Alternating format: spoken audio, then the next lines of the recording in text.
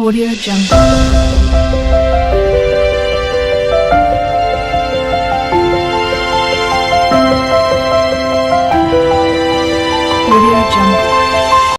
Hi అండి అందరికీ, welcome back to my channel.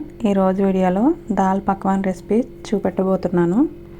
ఇవి చాలా క్రంచీగా ఉంటాయండి. ఈ పక్వాన్ని ప్రిపేర్ చేసుకుని 1 వీక్ వరకు స్టోర్ చేసుకోవచ్చు. ఈ రెసిపీ టిఫిన్లోకి, డిన్నర్లోకి, పిల్లలు వచ్చేటప్పటికి స్నాక్స్ లాగా చేసి పెట్టినా వద్దు అనకుండా తింటారు. చూసారు కదండి, క్రిస్పీ పూరి పైన మెత్తగా ఉడికించినటువంటి శనగపప్పుతో చాలా బాగుంటుంది. ఎలా ప్రిపేర్ చేయాలో ప్రాసెస్లోకి వెళ్దామా అండి. ముందుగా పక్వాన్ కోసం బౌల్లో 1 కప్ గోధుమ పిండి వేసుకోవాలి.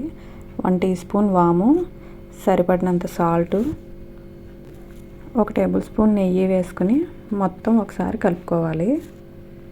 కలుపుకున్న తర్వాత కొంచెం వాటర్ యాడ్ చేస్తూ ఇలా పూరీల్లా ఒత్తుకోవాలి.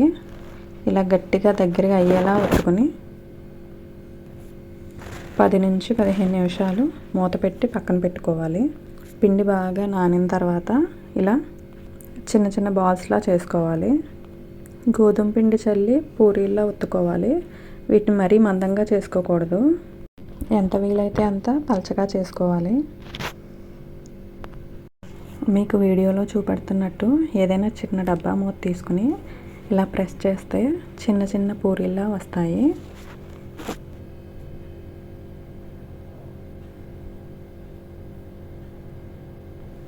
ఇప్పుడు సైడ్స్ మొత్తం తీసేసుకోవాలి. మిగిలినవన్నీ కూడా ఇలానే చేసుకుని పక్కన పెట్టుకోవాలి.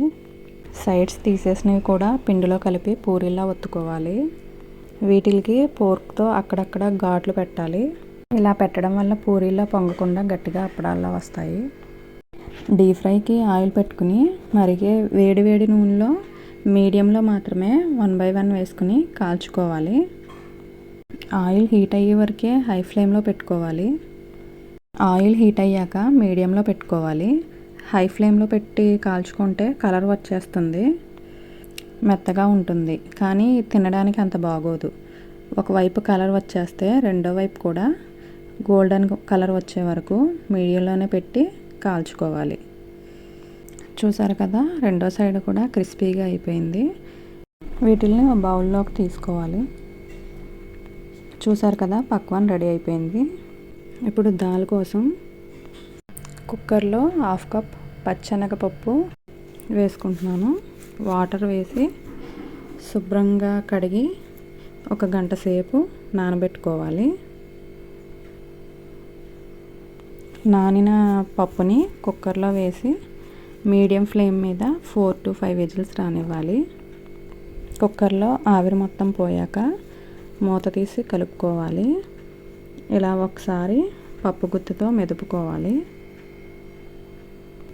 కొంచెం మెత్తగా అయ్యే వరకు కలుపుకోవాలి.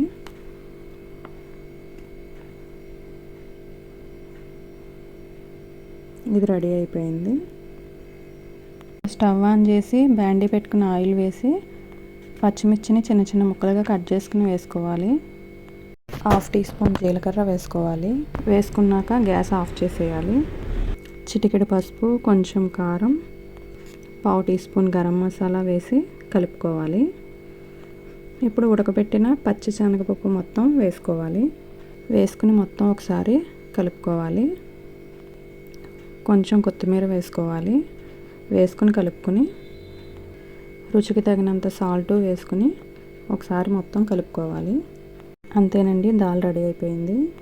ఇప్పుడు ముందుగా ఒక ప్లేట్లో పక్వాన్స్ తీసుకుని దాని మీద వేడిగా ఉన్నటువంటి పప్పును వేసుకుని దాని మీద ఉల్లిపాయ ముక్కలు వేసుకుని నిమ్మకాయ పిండి తింటే ఎన్ని తింటున్నామో తెలియదు, అంత బాగుంటుంది. మీకు కూడా ఈ రెసిపీ నచ్చినట్లయితే లైక్ చేయండి, కామెంట్ చేయండి, షేర్ చేయండి. ఇంకా ఇలాంటి రెసిపీస్ కోసం మా ఛానల్ని సబ్స్క్రైబ్ చేయండి. Thank you for watching.